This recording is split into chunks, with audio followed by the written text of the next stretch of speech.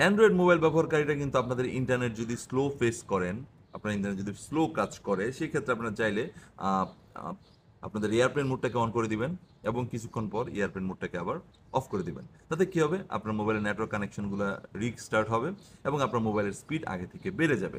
তবে এটা করার পরে যদি আপনার কোনো ইন্টারনেট স্লো কাজ করে, তো সেক্ষেত্রে আরও একটি অপশন আছে, সেটি আপনাদেরকে দেখিয়ে দিচ্ছি। ভিডিওটি শেয়ার দিয়ে দেবেন, আশা করি অ্যান্ড্রয়েড ইউজারদের অনেক কাজ আসবে।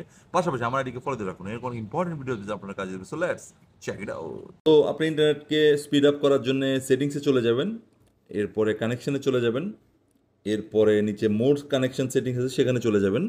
এরপর এখানে কিন্তু প্রাইভেট ডিএনএস, এটা সবারই অটোমেটিক দেওয়া থাকে। এইখানে গিয়ে আপনি প্রাইভেট ডিএনএসটা আপনি সিলেক্ট করবেন, হোস্টার নেম এখানে হচ্ছে DNS.Google, এটা দিয়ে দিবেন। দ্যাটস ইট, DNS.Google, এটা দিয়ে দিবেন, দিয়ে সেভ করে দিবেন। এখন দেখবেন, এবং এরপর আপনার মোবাইলটাকে রিস্টার্ট দিতে হবে।